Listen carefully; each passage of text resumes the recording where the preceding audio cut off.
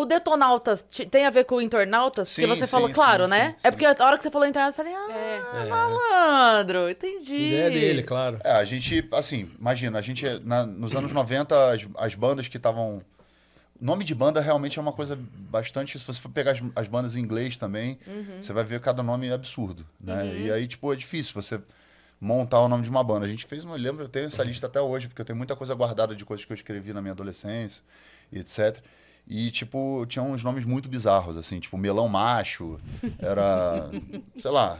Coisas ridículas. Que maravilhoso. Ainda bem que eu já entrei no Detonautas. Os meus amigos da adolescência, obviamente era uma zoeira, ninguém ia formar banda nenhuma. Mas eles diziam que iam ter uma banda chamada Paçoquinhas Alterofilistas. Tipo, nesse É nível. isso. Não é muito bom você Nesse imaginar uma nível. paçoquinha alterofilista, é muito engraçado. E aí a gente tava pensando no nome, mas essa época dos anos, o início, no meio dos anos 90, foi um pouco depois do Mamonas, né? Mamonas Assassinas, que era uma coisa tipo... Mamonas Assassinas, esse nome. Eu conhecia, que é uma história curiosa, porque o Detonautas começou, a gente não tinha instrumento. Ninguém tinha instrumento. E eu tinha um amigo meu que foi vocalista e tocou no Baba Cósmica. O Pedro. O Pedro! O Rafael era da minha sala na escola. Você tá brincando? Sim. Era o Pedro, Rafael e Felipe, não Isso, era? Pedro, Rafael, Felipe. Eu fiz um teste pro Baba Cósmica na época, mas eu não passei. Porque Meu Deus, eu fui num meu show do Baba discurso- Cósmica. Meu discurso Eu era fui um pouco... também. Era muito pesado. Você é o uma cara pedra tava querendo, no né? meu caminho. Os caras estavam cantando, É. tipo, coisas de que eu zoeira. tô pe- Tava Era querendo, maravilhoso. E eu cantando uns bagulho pesado. E assim, o pai Por do onde anda a Baba Rafael... Cósmica? Qual era o quê? Por onde Não, anda? não rolou. Não, Baba Cósmica terminou naquela época. O Rafael é um grande produtor, né? Rafael Ramos é um grande produtor. O pai dele trabalhava Sim. na EMAI, criador Sim. da DEC. Ele é da e DEC, tudo, né? Exatamente. E O na pai época, dele foi produtor dos Mamonas, não foi? Ou foi quem? O pai dele foi... acho Porque foi ele que achou o Rafa Mamonas. Foi que descobriu. O Mamonas, Mas foi o né? Isso. Rick daí. Mas foi o Rick, Que daí né? passou... ele porque eu lembro descobriu. que era o Rafa que tinha... O Rafa que descobriu, né? Acho que ele contratou os Mamonas. Ah, Se eu entendi, não me engano. entendi. Acho que era EMAI, alguma... Banda Utopia, né? Era uma Utopia. outra... E o Rafael era da minha sala. Quer dizer, o Que Rafael não era da minha loucura. sala. O Pedro era da minha sala e o Rafael era de outra sala. E aí eles falaram, pô, a gente tá precisando de um vocalista e tal. E eu não tinha ainda tido nenhuma experiência com banda, com nada. Não tinha nada. Só fui na cara dura. Falei, eu vou. E aí ele falou assim, cara, vamos fazer um teste com você. E aí eu escolhi uma banda chamada Gangrena Gasosa pra tocar. A música chamava Pegue Santo ou Morra. E, tipo, era uma coisa, tipo... de hardcore. É uma banda clássica do Rio de Janeiro, muito né? O famosa Gangrena. de underground É e um tal. bom nome.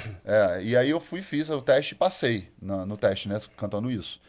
E aí depois eu comecei a compor umas coisas. Só que como eu andava com uma galera do rap na época, e aí é que as coisas começam a se misturar para as pessoas entenderem como é que é a gênese do Detonautas. Gabriel Pensador, que você Exatamente. A minha família se dissolveu muito cedo.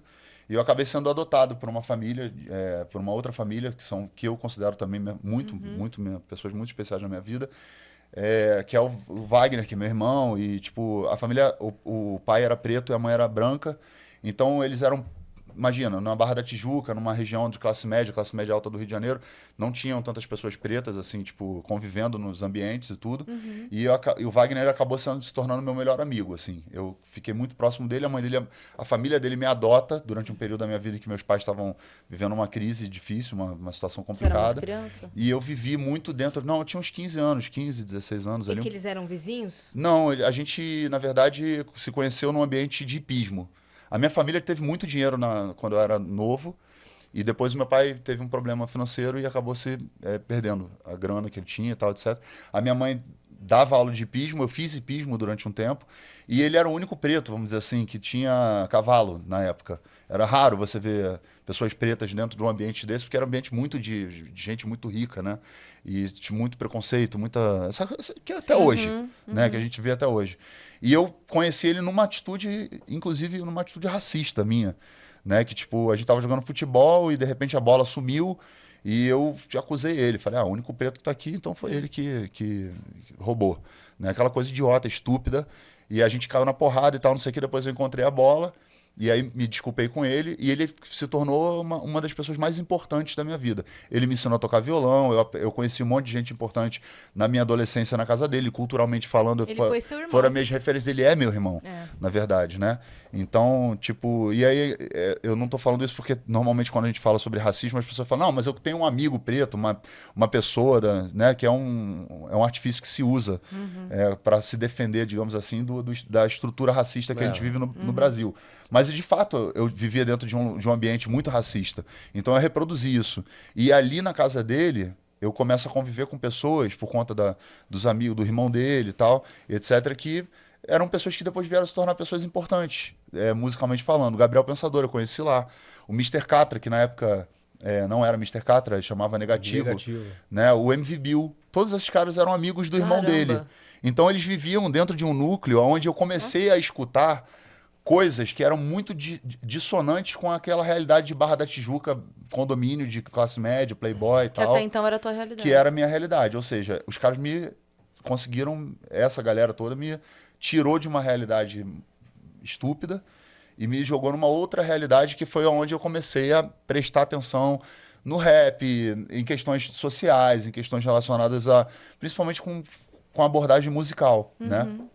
E quando eu entrei no Baba Cósmica, antes não era Baba Cósmica, enfim, eu fiz umas músicas que eram falando sobre racismo, sobre preconceito, falando sobre questões sociais, etc. E quando eu fui apresentar essas músicas lá no primeiro ensaio, eles falaram, cara, pô, isso aí não tem muito a ver com o espírito que a gente estava fazendo. E de fato não tinham. Eles estavam fazendo uma coisa mais de brincadeira. O negócio deles era zoeira mesmo. E tipo, ok. E eu que tava indo para um outro caminho, na verdade. Não, e assim, se você parar, os dois trabalhos são muito legais. Sim. As duas coisas, uma coisa tipo, não anula a outra. Eu costumo dizer que toda música tem o seu momento, né? Você não vai botar Chico Buarque fazer uma faxina que você senta e vai ler um livro. Claro. Você tem que botar, você bota um molejão e aí você tira o pó da casa inteira, entendeu? E tá tudo bem. E aconteceu isso. Tipo, eu fui... As letras que eu apresentei não eram letras que estavam de acordo com o que eles estavam tentando fazer naquela época. Não participei da banda. A banda...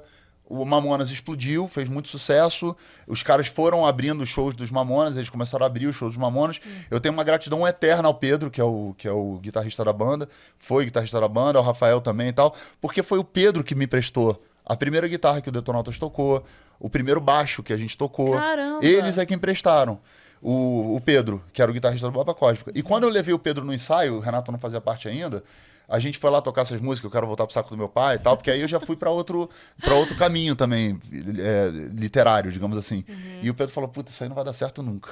Porque ele já tinha uma experiência. Ele viu que a gente não sabia tocar nada e ele já era profissional da parada. Né? Então, tipo, de alguma forma eu estava inserido dentro de um universo onde eu vi pessoas próximas de mim conseguirem acessar. Então aquilo ficou muito... Porra, se esses caras conseguiram, também dá pra conseguir também. Né? Vamos tentar, vamos fazer. Né? E acabei, tipo, obviamente, a história do Detonautas vai passar por milhões de passagens, mas passa por essa cara de pau, por essa camaradagem dos outros amigos que, de alguma maneira, também ajudaram, não só na concepção, mas também na forma como a gente começou a olhar para o mundo, a forma como a gente encarou as coisas, a história da trajetória. Agora, não tivemos nenhuma facilidade, vamos dizer assim. Sim. Né? De, tipo... E que loucura você pensar que, tipo, você estava num ambiente que era muito diferente, né? Talvez com acesso a outras coisas e outras situações, mas a hora que você saiu desse ambiente, foi pronto e de repente perdeu N acessos, você encontrou acessos que eram de fato relevantes. Sim. Né? Porque aí, perfeito. talvez lá não tivesse esse caminho. Essas pessoas que você encontrou e que te emprestaram o instrumento e que, né? Sim. Que loucura isso. Assim, é muito doido você pensar que, na verdade, assim, a gente, obviamente, não tem absolutamente controle sobre nada na nossa vida. A gente vai vivendo as experiências, se permitindo, né? Algumas experiências, outras a gente pondera. Com 15 anos você não pondera nada. 16 também não. E eu tive a sorte de ter essas pessoas no meu caminho, porque elas não só me deram respaldo intelectual, né, para que eu pudesse também desenvolver uma outra percepção da vida, porque talvez eu pudesse ter desenvolvido uma percepção mais equivocada, né, de uma pessoa extremamente privilegiada, que morava no condomínio, na Barra da Tijuca, que tinha grana, etc. E, de repente, você vê essa história toda ganhando outras cores, outras formas, outras abordagens, e isso me ajudou muito durante me formou como ser humano. Né? E, ao mesmo tempo, também deu recurso para que a gente pudesse, depois, no futuro, se desenvolver também como letrista e tal, porque aí a régua ficou muito alta, né? Aí tinha o Gabriel Pensador, o MV Bill, aí já era outra parada, sem querer desmerecer, obviamente, nenhuma obra de nenhum outro artista, mas aí você começa a ter uma outro tipo de abordagem. Com uma né? sensibilidade social bem mais aguçada, né? É. Isso é uma coisa que logo depois vai transparecer nas letras dele, sem dúvida.